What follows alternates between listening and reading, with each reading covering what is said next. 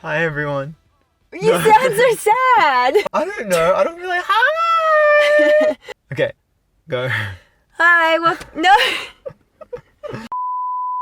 Hello, welcome back. Last video you saw us, we were in northern Japan. Now we are all the way down in Tokyo, 10 hours drive south. You may be asking why, which is a great question. So we were in northern Japan. We came down to Tokyo to do some administrative work. We had to renew our visas because they were expiring, and we also had to get Japanese driver's licenses. Both of these things were extremely time consuming. Yeah, right? I would say extremely time consuming. Just as a bit of a backstory, we have working holiday visas, and as Australians, we're allowed to stay for 18 months in Japan on those, but we have to renew it every 6 months. And last time we did it, we've already done it once before, it was a breeze. Yeah. But I don't know if it was because of COVID or the time of day that we went, but it took us a good 6 hours. Yeah. It was like every foreigner on the planet was suddenly in that one immigration center. It was crazy. Anyways, it's fine because we've got an extra 6 months now in Japan. Yep.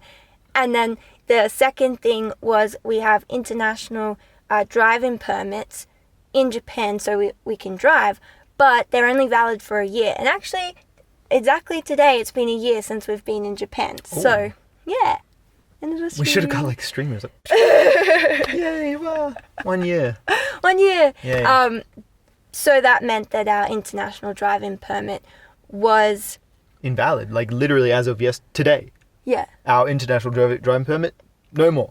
So we had to get true blue Japanese driving licenses, which, thank God, we're Australian, because that means, because our road rules are similar to Japan's road rules, it means we didn't have to take a theory test and a practical driving test, because, God, that would have been a whole nother can of worms. I would not have wanted to do that. But we just went. We had to do some kind of translation of our current licenses, take it to the driving center, and it was a whole ordeal. Yeah, anyways, both of these things that we were getting done had to be done in Saitama, which is just above Tokyo, because that's where our address is registered, because we lived in Saitama for 9 months.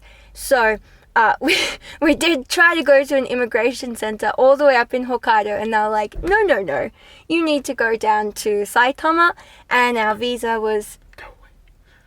No, I'm talking about that. Oh, that's what they're like, go. There was no. Back to Saitama. Go.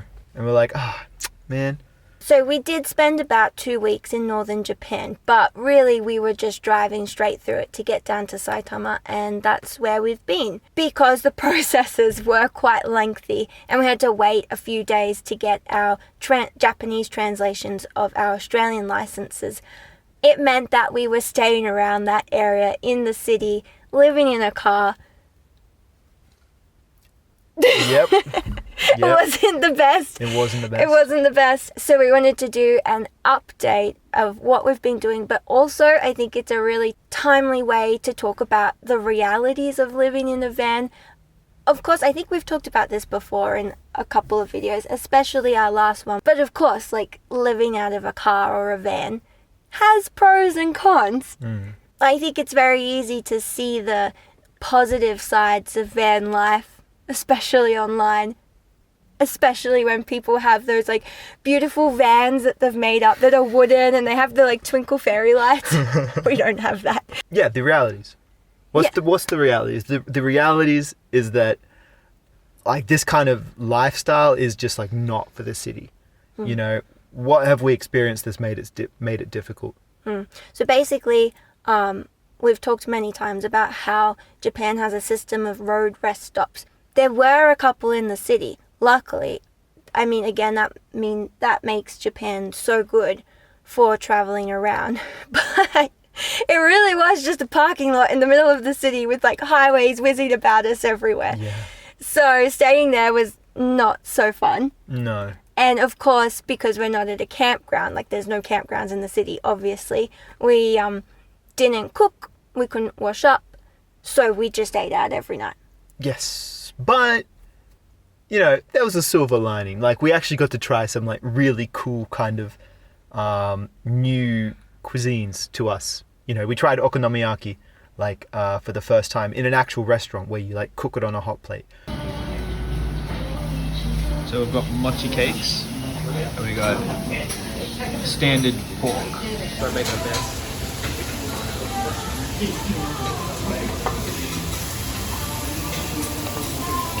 Wow, すごい. Ready? Oh, いいじゃん. That was pretty good. Garbage. There's no, we talked about it in our last video. Like, garbage bins in Japan are like non-existent, and even more so in the cities because there's no campsites, right? So we've really been struggling. Good Lord.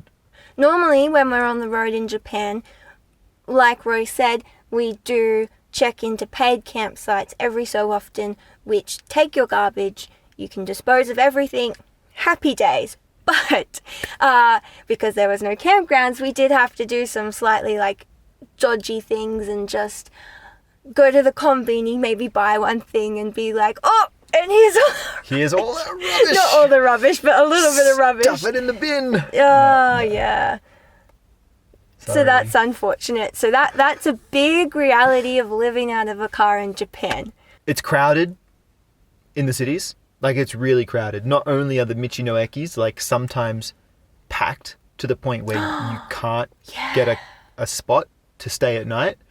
Like, we also go to onsens basically, you know, every night, every 2 nights to have our showers. But in the city, there's so many people like at the onsen to the point where it's uncomfortable to go, because you go to hop in a bath and there's so many people. They're all like sitting in the bath like this, like squished next to each other. And I've never experienced that in the countryside.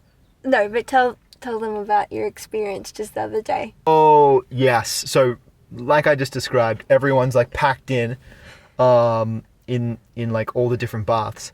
And I see one bath free. I'm like, yes. And I like run over to that bath and I like quickly hop in, and then it's like, like, how do I describe that? Like basically I didn't realize, but I hopped in the electric bath. Like, there's actually electric baths in Japan where they have an electric current running through the water, and it's supposed to like help with like muscle stimulation. I don't know. It's like forced muscle contractions, right? And it's just good for your muscles if you've got some aching muscles or whatever.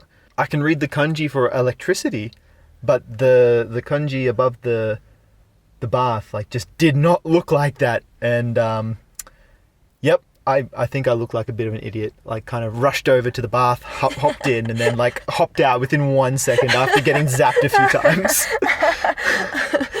Anyway, but even the bath times, which is supposed to be nice and relaxing, like, is just a little bit how you going. Especially because it was a weekend as well. Ah, yes. It was a Sunday yeah, when we it went. was. Yeah, that's a big factor as well. But if you were to not go to the onsen for a shower, where would you go? Oh, okay, yes. So, it's been a bit tricky staying in an urban area, and it's really driven home kind of some of the cons of living out of a car. But probably the saving grace about living in a car in Japan is that there are manga cafes or internet cafes all over the country, and their service is amazing. You can do so many things. So basically, to break it down, while we've been on the main island of Japan, we've been going to one called Kaikatsu Club. It's just a big chain, and basically what it is, you go in and there's a few different varieties of booths you can order. So there's kind of just one where like you get your seat and a little table, and that's it. Then there's ones where they're like actual private booths and you get like a PC. Yeah, you can get a PC or a TV. Yeah, or a TV. Basically, it goes in packages, so you can just pay for like an hour package, 3 hours, 6, 9 hours, and so on. For the most basic seat in a cafe, say if you stayed 6 hours on a weekday, maybe it'll work out to 8 or 900 yen. About that. Yep. Which is amazing because, let me tell you why it's amazing. Because there's free internet. You get all the internet you want. And number one, what do you want to say what it is? No. Number one amazing thing is that there's a free drink bar. So you get... It's not the drink bar. No, I know, but I'm getting to that. Number one amazing thing is there's a free drink bar. So it's like soda, juices, water, hot drinks like coffee, tea, and free all you can eat ice cream. Soft serve ice cream. Soft serve ice cream. Yeah. It's amazing. It's pretty good. Yeah. Anyways, so... Free breakfast sometimes in the morning, but it's literally just like hot chips. It's literally fries and toast, which is really random. Butter toast. No spread either. No peanut butter, no jam, just butter toast. True. Yeah, and then so aside from all of that, there are also, generally at most of them, there are showers that you can use for free. Yep. They're really, really nice. And because it's Japan, they always keep them really, really clean. Like we said before, with onsens in the city, they're cramped, whatever. Sometimes they're costing you 800 yen per person. If you were to just go to the internet cafe, just have a quick shower, it's probably going to cost you like 300 yen for like a half an hour. Get in, have a shower, get out. So yeah, sometimes it's more cost efficient. And it is a thing to do to stay overnight at an internet cafe. So if you are traveling to Japan and you're traveling on a budget, one option is to stay at an internet cafe because the prices from 8 p.m. like to the morning are cheaper. So we got our licenses. Yatta! We got them yesterday, and basically we were like, excellent, all our administrative work is done, let's get out of the city. Yep. Let's go. So basically this is all to say that unfortunately we didn't get to see that much of northern Japan. Hopefully at some point we get back there, but we are going to continue to go south now. So the next stop that you might see us at is Fuji, doing some camping and cycling. And so we also just realized that we hit 300 subscribers. Yeah. Yay. Yeah, so we know like 100 of you guys are just like friends and family, but the other 200, we don't know who you are, but thank you so much for subscribing. Like, we really hope that you enjoy our videos. Yeah, it's a really awesome feeling to know that there's people out there, complete strangers, who are interested enough in you Yes. to watch your videos and like them and subscribe. So thank you so much. And honestly, I love when people comment as well. Yes. Because I just love like sharing knowledge and talking to people from all over the world. So yeah, please make sure, like, if you ever feel like you want to comment, just go down there and put something in. Yes. Thank you guys so much. You guys are legends. Until the next one, Yeah, see you later. see ya.